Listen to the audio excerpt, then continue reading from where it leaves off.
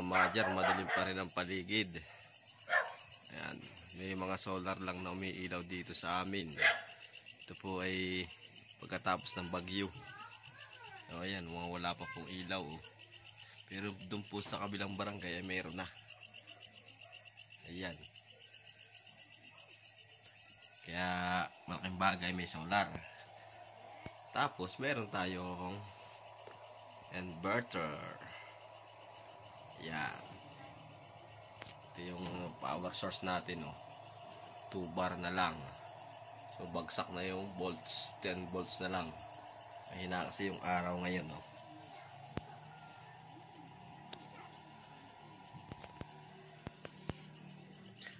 Ay, ay.